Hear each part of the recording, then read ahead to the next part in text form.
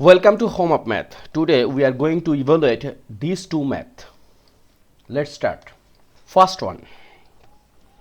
Here is 2 root 27 minus root 75 plus root 12. So once we have to evaluate these kinds of thing, we have to find out the relation between each other. Like this 27, if we make prime factor, we will get 2 root.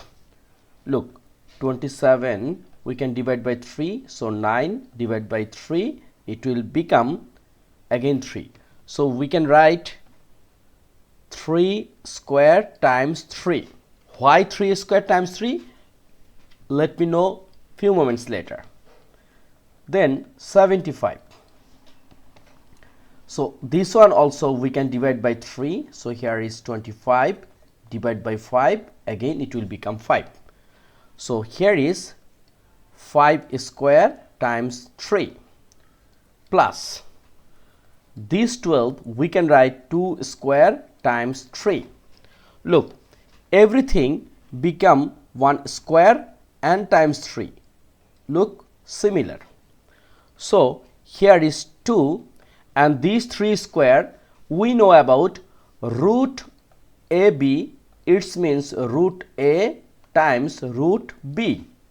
Therefore this one we can write this 3 square root, it means only 3 and root 3 minus 5 square root, it will become only 5 and root 3 plus 2 square.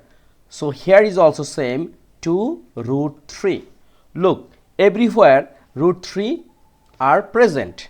So 3 square, 3 times 2, it means 6 root 3 minus 5 root 3 plus 2 root 3.